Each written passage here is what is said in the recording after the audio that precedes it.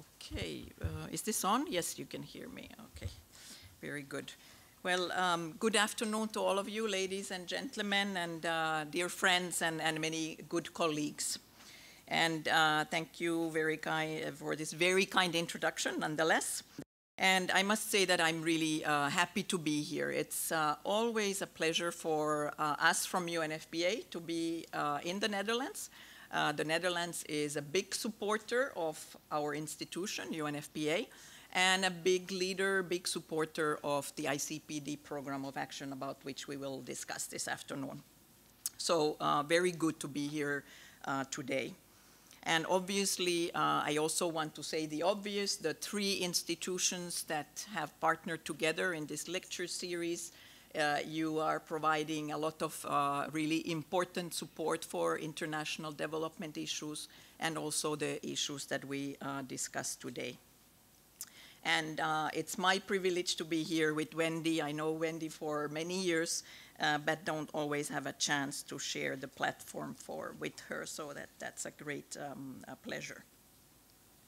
And of course, I think we have to start by saying how important it is that this lecture series has been organized. You know, it's the 15 years of implementation of the Cairo conference, and it's a 20-year action plan.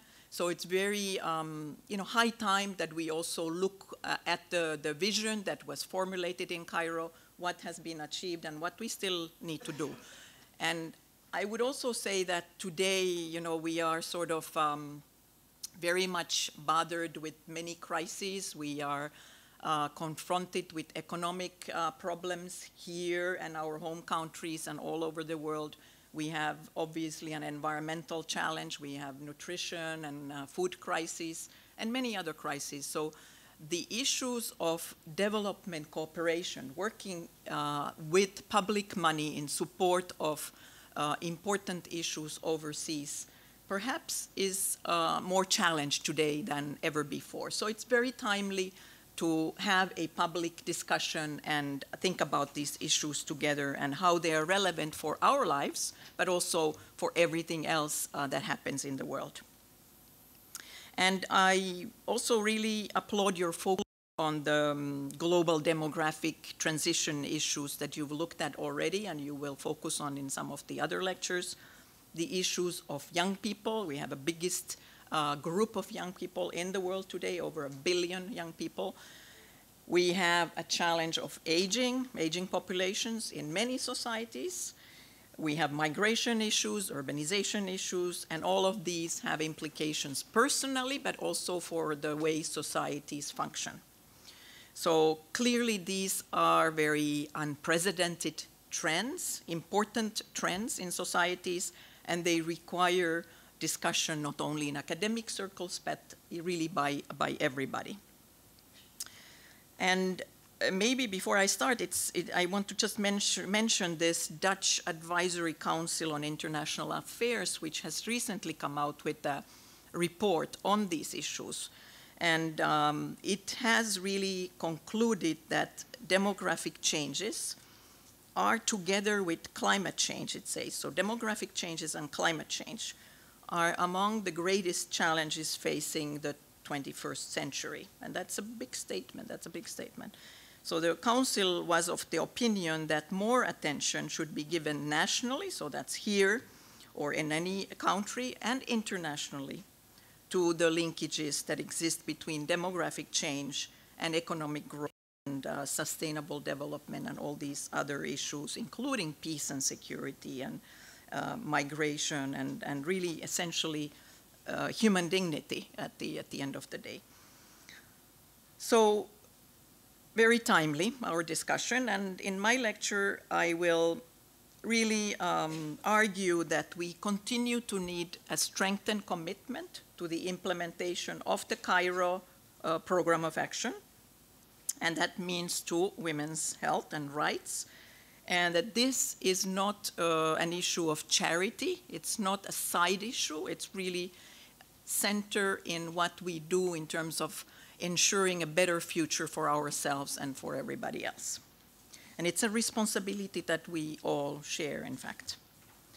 So I will argue that the struggle for women's rights and gender equality is the heart of the struggle for human rights in general and the global progress in all aspects of our societies.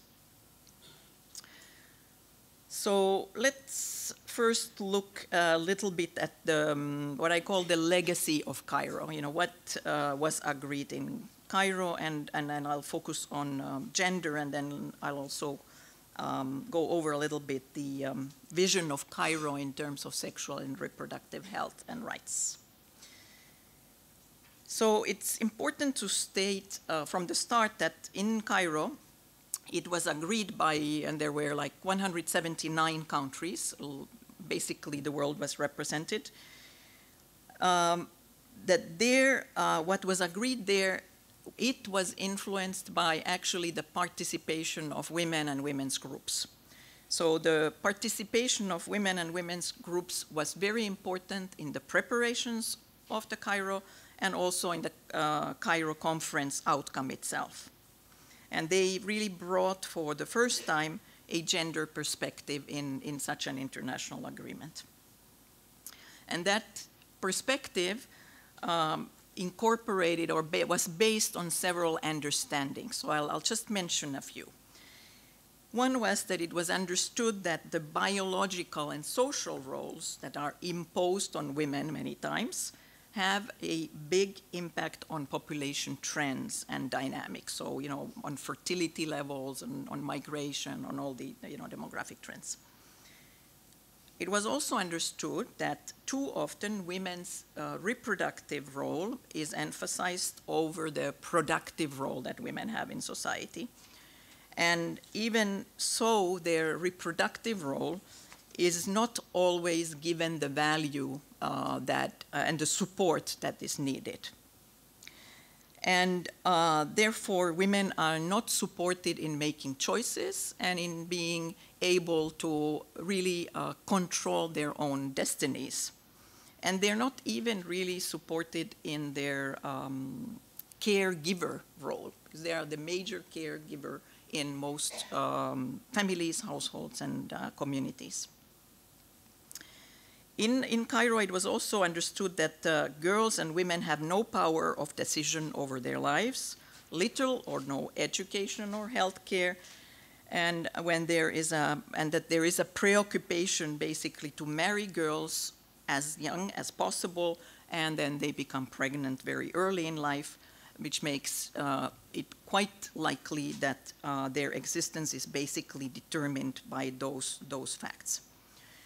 It was also understood that the low status of women contribute to the high mortality, the high rate of dying, especially for women and children, so maternal and child mortality. And the spread of HIV, which is a major issue in most countries, and also obviously then at the end to increasing fertility and increasing rapid population.